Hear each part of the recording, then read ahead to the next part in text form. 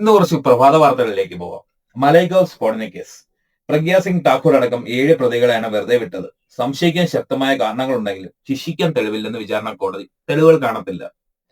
ദേശീയ അന്വേഷണ ഏജൻസി തെളിവ് നൽകുന്നതിൽ പരാജയപ്പെട്ട മലൈഗാവ് സ്ഫോടന കേസിലെ ഹിന്ദുത്വ തീവ്രവാദികളായ എല്ലാ പ്രതികളെയും NIA പ്രത്യേക കോടതി വെറുതെ വിടുമല്ലോ. സ്ഫോടനത്തിന് പിന്നിൽ BJP മുൻ MP പ്രഗ്യാ സിംഗ് ഠാക്കൂർ അടക്കമുള്ള 7 പ്രതികളാണെന്ന സംശയം ശക്തമായി സ്ഥാപിക്കപ്പെട്ടെങ്കിലും ശിക്ഷിക്കാൻ മതിയായ തെളിവില്ലെന്ന് കോടതി ചൂണ്ടിക്കാട്ടുമല്ലോ. തെളിവ് സമർപ്പിക്കുന്നതിൽ പ്രോസിക്യൂഷൻ പരാജയപ്പെട്ടു. സംശയത്തിന്റെ ആനുകൂല്യത്തിന് പ്രതികൾ അർഹരാണ്.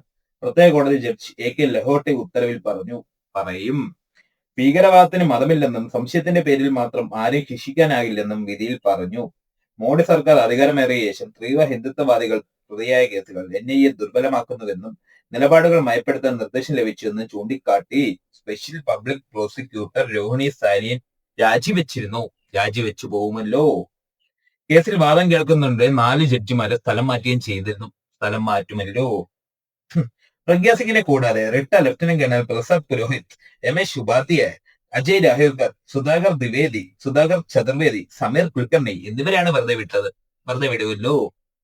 2008 സെപ്റ്റംബർ 29 റംസാൻ മാസത്തിൽ മഹാരാഷ്ട്രയിലെ നാസിക് ജില്ലയിലെ മലൈഗാവിൽ മസ്ജിദിന് മുമ്പിൽ ബൈക്കിൽ സ്ഥാപിച്ച ബോംബ് പൊട്ടിത്തെറിച്ച് 6 പേരാണ് കൊല്ലപ്പെട്ടത്. 100-ലേറെ പേർക്ക് പരിക്കേറ്റു. ബൈക്ക് പ്രഗ്യയുടേത് ആയിരുന്നെന്ന് തീവ്രവാദ വിരുദ്ധ സ്ക്വാഡ് കണ്ടെത്തിയിരുന്നു. പുരോഹിത്തിന്റെ നേതൃത്വത്തിലുള്ള ഹിന്ദുത്വ തീവ്രവാദ സംഘടനയായ അഭിനവ് ഭാരതാണ് സ്ഫോടനത്തിന് പിന്നിലെന്നാണ് കേസ്. അഭിനവ് ഭാരത്, നമ്മുടെ ഭാരതത്തിന്റെ മൂല്യം ഉയർത്തിപ്പിടിക്കണം. മഹാരാഷ്ട്ര ATS അന്വേഷിച്ച കേസ് പിന്നീട് NIA ഏറ്റെടുത്തു. ATS കുറ്റപത്രത്തിൽ പ്രഗ്യാ സിംഗിനെതിരെ സ്ഥാപിച്ച ഗൂഢാലോചന അടക്കമുള്ള കുറ്റങ്ങൾ ഒഴിവാക്കിയാണ് NIA കുറ്റപത്രം നൽകിയത്. അങ്ങനെ നൽകത്തോളല്ലോ. ഗൂഢാലോചന തെളിയിക്കുന്നത് നിർണായകമായ സാക്ഷികൾ ഉൾപ്പെടെ 37 പേർ കൂറുമാറിയിരിക്കും. കോടതിയിൽ മൊഴി നൽകും മുമ്പേ 30ഓളം സാക്ഷികൾ മരിക്കുമല്ലോ. ഇവർക്കെതിരെ സൈനിക ഉദ്യോഗസ്ഥരടക്കം നിരവധി സാക്ഷികൾ കോടതിയിൽ മൊഴി മാറ്റിയെങ്കിലും ഇവർക്കെതിരെ കള്ളസാക്ഷി പറഞ്ഞതിന് പ്രോസിക്യൂഷൻ നടപടി എടുക്കത്തില്ല. തുടക്കത്തിൽ കേസ് അന്വേഷിച്ച് പ്രഗ്യാ സിംഗ് അടക്കമുള്ളവരെ അറസ്റ്റ് ചെയ്ത ATS തലവൻ ഹേമന്ത് കർക്കറെ 2008 നവംബറിൽ മുംബൈ ഭീകരാക്രമണത്തിനിടെ ദുരൂഹമായി കൊല്ലപ്പെട്ടു. ഒന്നും പറയുന്നില്ല. വിധിക്കെതിരെ അപ്പീൽ നൽകുമെന്ന് കൊല്ലപ്പെട്ടവരുടെ കുടുംബങ്ങൾ അറിയിച്ചു. അതേസമയം മഹാരാഷ്ട്ര സർക്കാരോ NIA അപ്പീൽ നൽകുമോ എന്ന് നൽകില്ല. കൊല്ലപ്പെട്ടവരെ ഉറ്റവർക്ക് 2 ലക്ഷം രൂപയും പരിക്കേറ്റവർക്ക് 50,000 രൂപയും നഷ്ടപരിഹാരം നൽകാനും വിധിയിൽ പറഞ്ഞു. 5 ജഡ്ജിമാർ 17 വർഷം കേസ് നടത്തിയ ഒരു രാജ്യം. എന്തിനേറെ പറയുന്നു, ഈ കേസിന് വേണ്ടി എന്തൊക്കെ പൊല്ലാപ്പുകളാണ് നടത്തിയത്.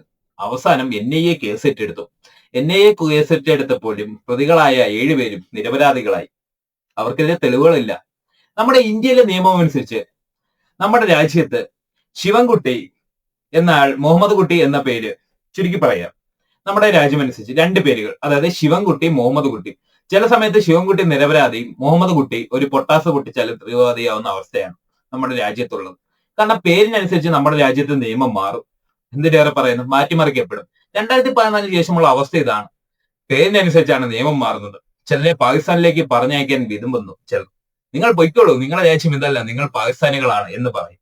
ചില സമയത്ത് ഹിന്ദുത്വ തീവ്രവാദികളെ അറസ്റ്റ് ചെയ്താലും കുറച്ചു നാൾ കഴിഞ്ഞിട്ട് അവരെല്ലാം നിരപരാധികളാവും. നമ്മളിപ്പോൾ കണ്ടത് തന്നെ. 6 പേരെ കൊന്നാൽ എന്താ, അവർ 7 പേരും നിരപരാധികളായില്ലേ? 100 പേർക്ക് പരിക്കേറ്റാൽ എന്താ, അവർ കുറ്റമൊന്നും ചെയ്തില്ലല്ലോ എന്ന് കോടതിക്ക് തന്നെ പറയേണ്ടി വരും. കാരണം ഇത് കോടതിയുടെ തെറ്റല്ല. NIA സംബന്ധിച്ച് ദേശീയ അന്വേഷണ agency, national investigation agency, NIA സംബന്ധിച്ച് നോക്കാൻ നേരത്ത് അവർക്ക് പ്രത്യേക മതത്തിൽപ്പെട്ടവരെ എല്ലാം പ്രതികളാക്കണം. എന്തിനേറെ പറയുന്നു, 2014 ശേഷം നമ്മുടെ ഇന്ത്യയിൽ നടക്കുന്ന ഇതാണ്. ഒരാളുടെ പേര് നോക്കിയാണ് അറസ്റ്റ് ചെയ്യുന്നത്.